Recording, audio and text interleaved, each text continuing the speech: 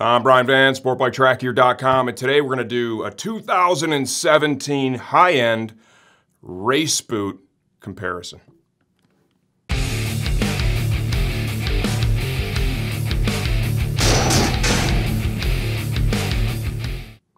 Okay, within this video, this isn't really like a shootout, like we got winners and losers. What I'm going to do is I'm going to share with you what I know. I've ridden in most all of these boots.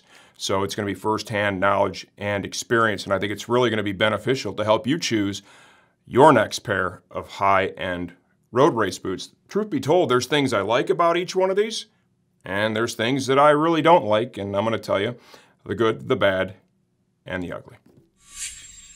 Okay, we're going to open up with the boots that I decided to put in this comparison. First off, Alpinestars Supertech R, $499.95. Sidi Mag-1, $495. Sidi Vortice, $495. We have the TCX R-S2 Evo at $429, and then the Dainese Torque D1 for $389. Okay, we're going to break this comparison down into multiple segments. The first one is going to be fit, comfort, and weight all combined together. The next one, we're going to discuss features and protection. From there, entry and exit. I'll even have a race suit on, and we'll see how long it takes to put each one of these individual boots on. And we'll tidy it all up with my closing thoughts, and I'll tell you which one I would buy and why I would buy it. We're going to open up now by telling you my benchmark for sizing. I have a 12 US. My favorite shoes, because I have fairly wide feet, I like DC shoes. They have good width for me. I wear a 12, they fit great, love those shoes, okay? Some of the other running shoes that are really, really narrow, yeah, I'll struggle a little bit with those, but the DCs are spot on, so that should help a little bit. Alpinestars Supertech R. The size that I wear in this boot is a 45 Euro. Their sizing chart would equate that to a 10.5 US. I'm calling bull on that all day long. Almost everyone out there, if you know your foot size that is, needs to buy this boot one size smaller than they normally would, okay? So for me, I wear the 45. I have for years. It fits me like a 12, not a 10.5, not an 11. It fits me like a 12. Out of the box, this is bar none the most comfortable boot as compared to all the others on the table. This one wins that category hands down. Weight. This one comes, and this is one boot, not the pair, 2.75 pounds. It does not, however, win that category. Sidi Mag-1. This boot, I need to go up a size in. They're 47 Euro. They equate to a 12.5 US. I have a little bit of extra length, just a little bit, but because of this adjustment system here, I'm able to keep my heel in the heel cup. It's a complete non-issue. And when I say a little bit, I'm talking a little bit, but it gives me the width I need, which is really important. So, if your feet are average to narrow, I would say you could order your size as compared to the size chart. You should be good to go. If you do have wider feet like I do, I'm going to suggest let's go up the one size and try those on and see what kind of fit you get. Remember, walk around on the carpet, that whole deal, okay? Comfort. In my opinion, out of the boots on the table, I would give this one second billing compared to the Supertech R, which bar none is the most comfortable out of the box. But remember too, every boot really breaks in. Boots are like gloves. They really need that opportunity to really wear in a little bit before they perform at that optimum level when you're on the motorcycle. And these are all that way. Weight. Kind of surprising here with all the external parts they have. This was lighter than that. It's actually the second lightest of all the boots here. This one came in at 2.4 pounds. Okay, next up, the Dainese Torque D1 Out boot. This one, I need to go to the 46 Euro, which is a 12.5 US. My choices are this. I can go down a half a US size and go with the 45. And I've had a pair of those before and I rode in them and they did break in after time, but they were a little to the snug side all the time. I've also had a 46, which takes me up a half size US. They feel really, really good out of the box. Break in a whole bunch easier, which is nice. And end of the day, I'm not left with a tremendous amount of additional space in the boot. There's a little bit, but I'm able to deal with that by dialing in the interlacing system to keep the heel pinned into the boot. Walking around in them on the bike with them, they are comfortable out of the box. An excellent piece of footwear, no doubt about it. Weight. This is the lightest boot in the comparison. It comes in at 2.2 pounds. I realize that we're talking about ounces or tenths of a pound here at the end of the day, the difference, but think about it. When you're on a motorcycle, you're burning a lot of energy and you're on the track and you're really pushing your limits and you're moving your feet around quite a bit. And those ounces, those tenths of a pound, they can make a difference for you as the day wears on. Next up is the TCX Evo R-S2 boot. This one, spot on for me. They're 46 Euro. They equate to a 12 US. They fit me great right out of the box. You can see the boot has excellent width to it. I think if you had overly narrow feet, honestly, you might struggle with this one. This might be a boot that would be a poor choice for someone with really narrow feet. Average to wide feet, this is going to be a solid choice, especially with that sizing, as I found, really runs very true to size. Excellent comfort. I have a pair of these. I've ridden them quite a bit on the street, on the track. Really dig them, no doubt. And they are, of course, the 46 Euro. Weight from this boot was 2.45 pounds, so it is really close to the weight of the Mag-1. The tail end here, we're going to bring it home with the Sidi Vortice. This boot's been out for a long time, right? Sizing, same deal here as with the Mag-1. They really are built off of the same last at the end of the day, so they're going to size the same. I need to go up to a 47 in this to get a proper fit, very similar to that with the Mag-1. All the adjustment allows me to dial everything in, so that part is good. Weight, 2.75 pounds for this, which puts this at the top of that with the Supertech R. Okay, now let's jump into features and protection. We're going to open this one up with the Sidi Mag-1. This boot is feature rich. Any one of these on this table, right? In order to be here, there is a certain criteria. Because for me to be on a racetrack with a boot or ride really spirited with it, right, and spend this kind of money, there are bare minimum criteria. Those would be lateral ankle stability, that's side to side. Reinforcement in the toe box and the heel cup, have to have that. Quality soles that don't crush in impact, right? Replaceable toe sliders, CE certification. So you're not even going to be on the table at this price point if you don't have that. Those things are all understood as we move forward. I want to talk about the features that I think are unique and where I see the benefit with them. Opening up with the Mag-1. What I really like about this boot, right, is the entry and exit system. There is no zipper, none. There's no Velcro, zero, okay? What they've done here is they've enhanced their own system, right? The cable-driven system, micro adjustable. Look at how easy this is to release. Push on those two little tabs, boom, boom, right? It's kind of like a BOA system, sort of. These are all reinforced cables, super strong. You have little magnets in here so that when you lace the boot up, right, you go to get in it, literally the magnets hold it in place. A couple of cranks later, you're dialing this fit in to that optimum setting with ease. No little interlacing system to pull on, nothing, okay? Now, another big benefit is this. Something happens to one of these pieces. It's just a piece. You can see there's screws here.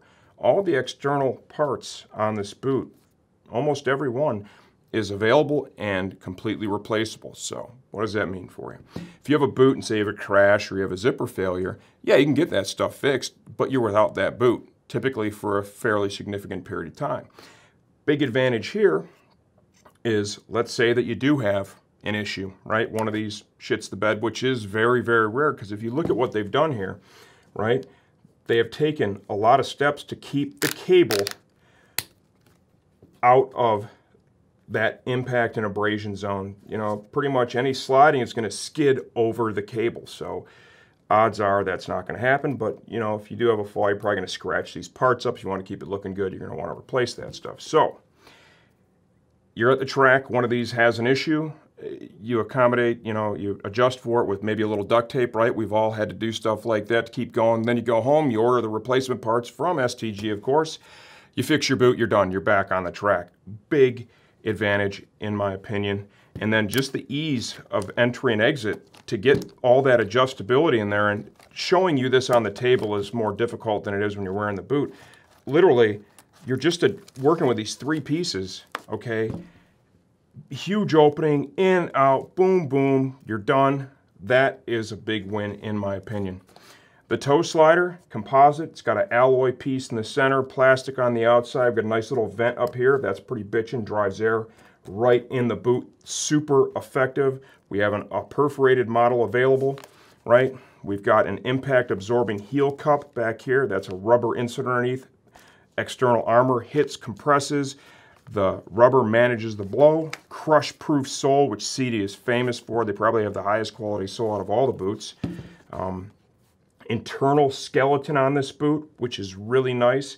There's far less stuff to touch the outside of the bike or hook up with it. And we have another adjuster here for the calf. So I think those are real high points, especially that entry and exit. That, for me, is a big deal. We're going to come down now and talk about the Vortice, because as you see, they share a lot of similarities, okay? The replaceable external parts. The entry and exit system is similar between these two boots. The release is a little bit different because the mechanism is a little different with this. They do have some like little quick release tabs that you can push and release that help out a little bit. Entry and exit from this boot, yeah, it definitely takes a little bit of effort, man. I mean, it's a commitment wearing these things, right? That adjuster across the footbridge is really pretty bitchin' because it helps keep that heel in that toe box or in that heel cup, which is great. Might be the best adjuster in that area out of all of these boots. Shares the same toe slider you basically see over there. Composite, we've got the vent. There's another vent here on the side, which is pretty sweet to release these. And once again, this is so much easier on the bike, but you know, you go ahead and push the release, pull on it, you got a quick release here. The other side, like so, push all those tabs. This opens up huge, and it has a zipper internally, right? With one small patch of Velcro up there. It does have a little expansion panel here underneath the slit in the leather that when you're zipping over, if you're big in the ankle, it allows it to expand there. Of course, the same crush-proof sole, right? Great reinforced heel cup with some energy managing material behind the hard outer armor shell. So in terms of features, this boot is definitely very feature rich. Pieces are all replaceable. One of the negatives with some of the stuff you see here on the outside of the boot, these have been known to maybe hook on the heel guard of your rear sets a little bit, so I want you to keep that in mind, right? Where this is much smoother on the inside, so the chance of it interacting negatively with the bike is very low, but this one I have seen and heard of that happening. Supertech R. This boot, alloy toe slider, right? We've got the external sliders here. This is replaceable, this is replaceable. Entry and exit, it's unique with this boot. Motocross style boot adjuster here at the top. We've got a zip all the way down. And internally, this has its own inner booty. A lot of padding, tons of protection, crush proof, right? Abrasion, the whole schmear. This thing is really nice, super comfortable, tons of padding, right? Good quality lacing system. They've worked on this over the years to improve it. We have seen previously with some of the other generations, you know, if you're not careful with this, we have seen some issues, but they've kind of stepped that up along the way, and I think that's behind them at this point. This right here is really unique. This is basically rubber. It's like a rubber compound, right? You can see it's an expansion panel, so it makes zipping the boot up really easy because it gives nicely. Inside the boot, you look at that leather panel there, right? Super soft against the side of the bike. That's pretty good. It can be less abrasive against the side of your bike. That's a plus. Now, I want to talk about this external zipper. This is something that we've seen through the generations of this boot change, because in the event of a crash, it was possible, and it would happen, where the zip itself would get damaged. You can get it replaced, like I talked about before, but the boots are down at that point. You're not going to see them for a little bit, and that is if they can be replaced, or repaired, I'm sorry. Now, with this new rubber panel here, right, now you have that involved in the equation. They have, to kind of hold off the possibility of damage there, put this slider in place, right? You can see it protects the bottom of the zipper. Got a flap of leather that essentially covers the majority of the zipper, you know, but now you do have this rubber piece hanging out here, okay? And if in fact that's damaged, for sure these boots are going to be down. So a lot of pros, a lot of great features with this, right? And I'll show you later how to put them on. You don't ever have to take this thing out. Great boot, but I want you to consider that, you know, that can be a vulnerable spot right there. TCX R-S2 Evo boot. This one, its most unique feature is an air bladder that's right in this area. It allows you to dial that fit in. It works with an interlacing system that's underneath it. Fill it here, release it here. That's very cool. It's unique. It's pretty effective, right? Is it earth-shattering? No, I don't really think it's earth-shattering, but it is pretty effective. But having that interlacing system there, it already does the majority of the work. So, I don't know. That's kind of a cool feature, but I don't know that it's earth-shattering. Lots of ankle stability here. These pieces that you see, not replaceable. That slider is, the toe slider is composite. We've got metal and we've got plastic. That is absolutely replaceable. What I like that they've done here is, you see this has actually a real nice groove cut in it, so it allows it to bend and flex there really easy, which is pretty cool, and that enhances the comfort. Inside the boot, we have the zipper is all internal. Large panels of leather to be soft against the side of the bike. That's pretty cool. Of course, the heel, cup, the toe box, the sole, those are all good quality pieces, crush proof, right, to protect your foot. Entry and exit. Larger panel of Velcro, right? Got the zipper there. We have a little expansion panel here that's covered with leather to protect that. And give you a nice close look here internally at that interlacing system. Good robust system here. It's leather, right? Nice sturdy lace. We've seen those hold up really, really well. I don't think I've personally ever had an issue with that. So they do a good job with that. Yeah, these have been known to maybe do a little squeaking down the road, you know, as they get a little bit older, with the way some of these pieces move around, but a little silicone lube, you can make that go away. Overall, this is really good boot and has a lot of very cool features that are blended in. And last is the Dainese Torque D1 boot. Replaceable alloy toe slider. Got a slider there, slider here. Those are fixed, not replaceable. Air vent, right? The real unique thing with this is going to be that entry and exit.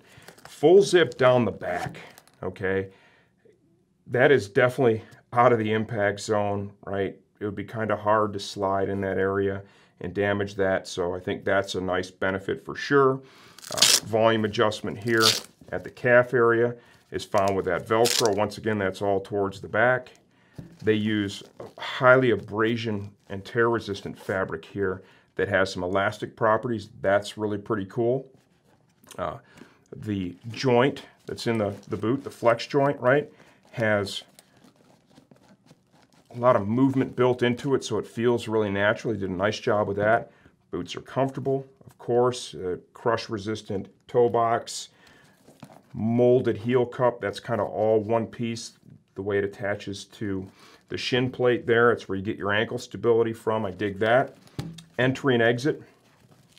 You open this up for the back of the Achilles here, and internally we have an interlacing system that when you cinch it up, and this is good quality too, these have held up really well, it'll pull your heel back into the heel cup. So, you know, out of all the boots on the table, I don't know, maybe this one is not as feature rich. It gets more to the point quickly, a little simpler, right? And that's probably reflected in the price because there's a tremendous amount of value in that one at $389. Okay, now as part of this boot comparison, we are going to show you how to put on each one of these boots, as well as how long it takes using a real world situation. As you can see, I'm in my Tai Chi race suit. I'm sitting on a bench just like you would be at the track. Foot is in the boot. I'm going to start from the bottom and then work my way to the top, opening up with the Sidi Mag-1. Steve's going to have a nice little countdown running on each one of these models. I've already got the other boot on, so you're just going to have to do a little mathematics, right? And take this result, multiply it by 2. But realistically, the main goal here is just to give you a good concept of ease of entry. There you go. There's your Sidi Mag-1. Okay, now the Dainese Torque D1 boots. Rear entry. We have an interlacing system. Give that a snug. Secure that. Rear zip.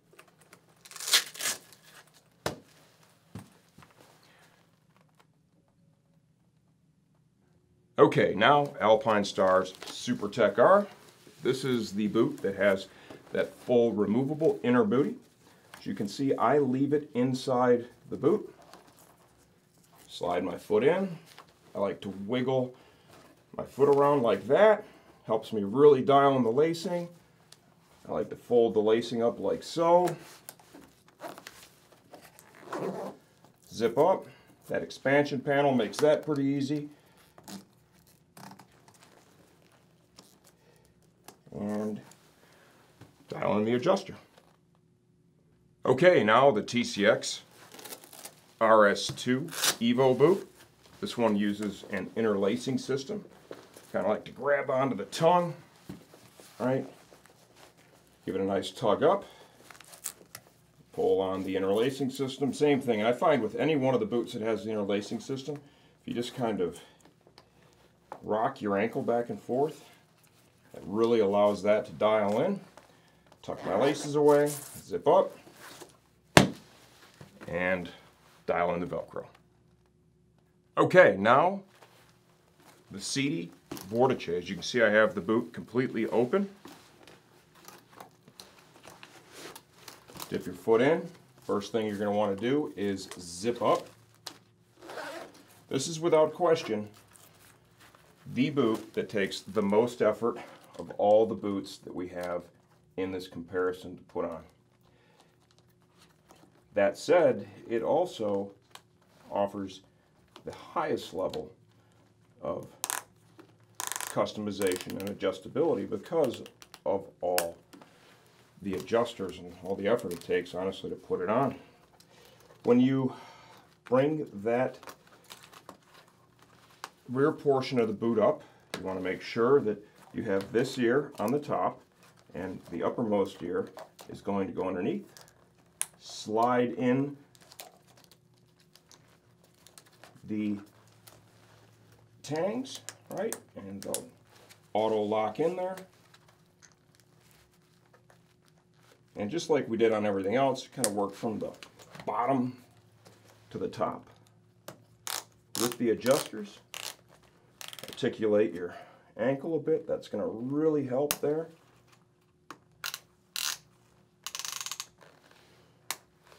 And there is the Sidi Vortice. Okay, tremendous amount of information. This video is epically long, no doubt. However, I feel it's justified. Let's be realistic. We got about a $500 spend here, $400 to $500 spend, and I'm just trying to give it the respect it deserves so you can make the best informed decision. Now, closing thoughts. I'm going to give my opinions. I'm going to tell you what I would buy and why I would buy it. This is a really close horse race. There's no garbage on this table. I wouldn't kick any one of these ladies out of bed if you know what I'm telling you right now. But money's no object. Which boot am I buying? I'm picking the Mag-1. And here's the primary reasoning for that. Entry and exit is so unbelievably easy. No zipper, no Velcro, and each of these pieces is replaceable. If you have an accident that happens to damage one of these, it's easy to fix. You don't have to send it out for repair. Beyond that, the protection, the comfort, it's all right where it needs to be. So that is the reason why this would be my first choice. The Supertech R is right there, very close race, like I said. It's just this area here. In an impact, in a crash, it is shown that it can get damaged and, you know, the repair can be, the boots can be down, and that's just not fun for anybody. So that would be the reason why. Personally, I would go the Mag-1 first, and I've had both, and I've had several pair of these and love them, but I would go that one first. Now, if money is an object and you want a high-end pair of boots, but you don't want to break the bank, you're not going to exceed the value that you see here in this Dainese Torque D1. You're not really sacrificing any protection or comfort either. It's just a more basic approach that takes you to the same end result, okay? Great boot, $380 is an unbelievable value with this. Great quality, nice fit. So this is for sure my #1 value pick. That said, the TCX R-S2 Evo, it's really, really close, man. Super close to that. The difference would be, end of the day, this is $49 more. And, you know, 50 bucks is 50 bucks when you're talking about value. Out of all the ladies on the table, right? Remember, I wouldn't kick any one of them out of bed if you know what I'm saying. However, my least favorite is right here. It's still a great piece of footwear, there's no doubt.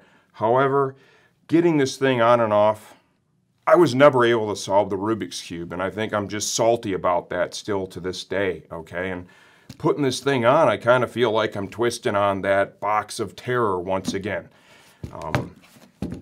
Plus, on the inside of the boot, we've got the hinge here, right? Yeah, this is shown that on a racetrack, depending on your rear sets, maybe this could interact with your heel guards. They've done a lot to stave that off, but that's something I feel the need to point out, and it's the same price as the Mag-1, so personally, I'm 100% going to buy the Mag-1 over that. I hope this video helps you choose, because like I said, this is a big investment, and our job here is to provide you with all the information that we have. Remember, this is all first-hand experience. You know, I didn't just sit here and read bullet points and talk to the vendors. I've ridden in all these boots, and I've crashed in most of them, which will benefit all of us in the end because you learn a lot about the products when you actually field test them. This is our high-end race boot comparison. I'm Brian Van, SportbikeTrackGear.com.